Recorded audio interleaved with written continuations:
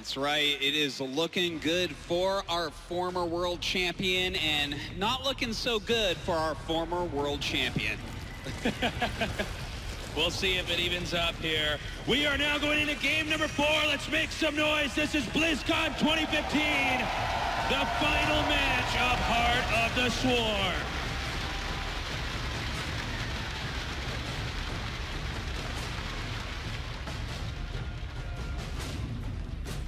Introducing our players over here in the bottom right, in the blue, our Zerg, the champion of BlizzCon last year. He is live!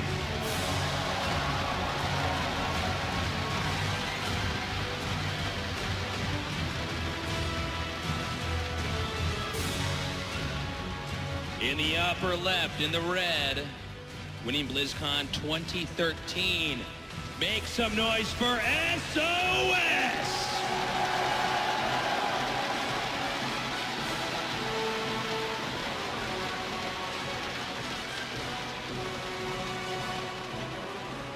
Once again, guys, get out there, hashtag WCS, hashtag BlizzCon, and let people know that this is going on. The world champion will be crowned, well, kind of for the second time here tonight. Kind of for the second time indeed, Artosis. So we have a probe sent out here right away. And Life is actually making an expansion hatchery right now. And that has been spotted, and sOs maneuvers around this. I love it. I don't think he's going to cannon rush. I think he just wants to see drones pulled up here. This is smart. Okay, so why would the probe go up there, you're thinking, right? Because he's not making a forge. But at the higher levels, you would assume that if a probe goes up there, it would be to make cannon. So he's hoping he's actually going to be chased. But Life actually didn't, he's not sending anything. So that was a cute little attempt by sOs to trick him. But so far, Life has not been deterred. That's the mind games right there. Bluff called. Life is 1-0 right now in this game, at least. But sOs got his Nexus first here as well. So a very greedy build order for him. And I have no doubt he'll go right into that gateway tech, skipping any sort of photon cans or anything. And these two are gearing up to have good economies early on. Now note the probe here blocking the planting of the hatchery in the bottom right base. And there we have it, the pylon, right when the probe gets low enough that it's actually taking damage on, not on the shields. He just plants a pylon to try to delay that as much as possible, because with Zerg, whether it's against Terran or against Protoss, Zerg always have to be up an expansion. You can't stay on even bases, and that's what sOs is trying to do. He's trying to slow it down.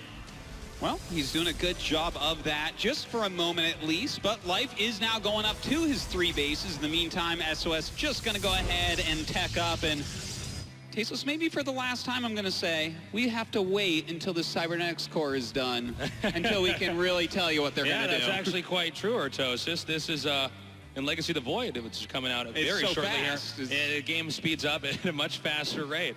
But I got to say, man, this could not be you could not ask for a better finals.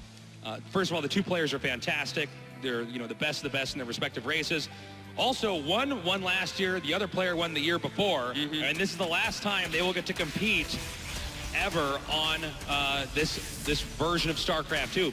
And you know what? The winner of this is their game.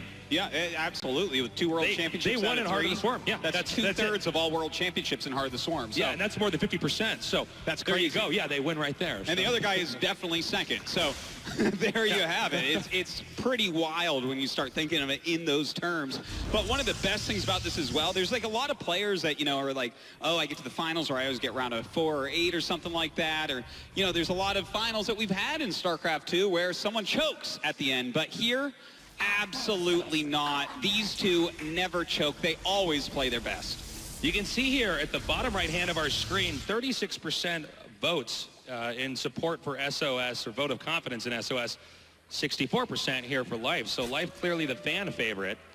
I got to say, for us, the other commentators, we were all predicting sOs, but I think it is a really tough one to call. These guys are both such fantastic players. Either one of these could win any tournament at any time. And that's just a fact. We've seen them just pop up when you don't expect and become champions. So It's going to be a wild finals no matter what. Hopefully we can go all the way to that 7th game, but it looks like the game now is starting to pick up, and we already have a Warp Prism and a Twilight Council on the way here for SOS. As this game continues forward, we're going to have to find out if Life is really prepared for this Warp Prism to come out. He loads up. Nope, doesn't load up anything. Excuse me. He just sends that right out. And it looks like this should have a collision here with an Overlord. I believe, yeah, the Overlord will see that over there. And it's going to be a Dark Shrine build. But the problem right now for SOS is when this is seen, the element of surprise really goes away. Yeah. And all Zerg has to do is position his army properly to hold this. But you don't know what exactly the drop is going to be. There's some ambiguity with that. And, oh, this is cute. He actually makes a fake Immortal here. He hallucinates that in an attempt to mislead. Okay, this is how we know it's SOS play, and that's the only time, I don't know how many years we've casted Heart of the Swarm for, but that's the only time we've seen someone send out the Warp Prism while hallucinating an Immortal in the front to cause that much misleading information. That's right. I mean, that is a very tricky thing indeed. Of course, it does do damage, so there's a chance Life knows that's a trick. But we'll see, it's pretty subtle, man. Yeah, it really is. It's hard to figure out, but oftentimes when the Immortal comes out, you're not going, wait a minute. That's but you know what? The Lings are coming down here, and the Immortal is actually gone. Even with the Immortal here, this would have been a problem, but that Immortal was faked, and these Lings are coming out and attacking the expansion right now. 4 Dark Templars being warped in, but look at that. We already have an Overseer that's being morphed right at this base, and it looks like for sure this base is going to end up falling, and so will these DTs. The DTs surrounded, 3 go down, 1 on the run, it's picked up and escapes.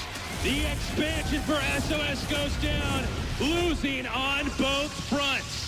Well, right now, Life is in a commanding lead. He has 3 bases up. He's killed off 2 sentries and 3 Dark Templars, taking no damage. He canceled a 4th base. Everything looks fantastic, so he's going for a Spire, but SOS's shenanigans are not done.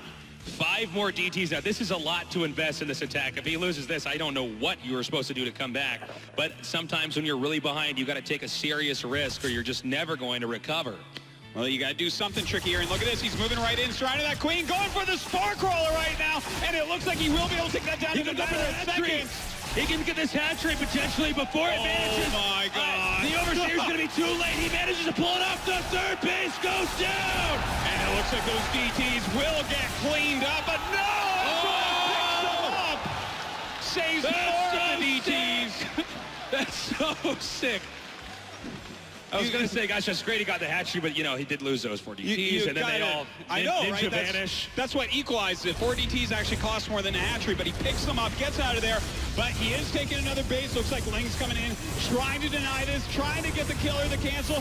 Sentry's coming up, starting to throw down some forest fields. He's trying to stop that surface area. The Lings come around. They try to go after these sentries. And it looks like the sentries barely enough of a distraction here to keep that Nexus and cannon, 2 cannons for finishing. Oh, but does it matter? Talk about shifting gears. Meanwhile, an air attack headed over here, either to the main or the upper left base, depending on Life's choosing, is going there right now. And I'm not totally sure if SOS has any. No, he does not have any cannons. Oh, it looks like there's nothing here. Warping in some Stalkers. They'll get targeted down in a matter of seconds. Mutalist is going to do just fine against them. The Nexus cannon does come down, but not before the Mutas pick off that Warping in cannon.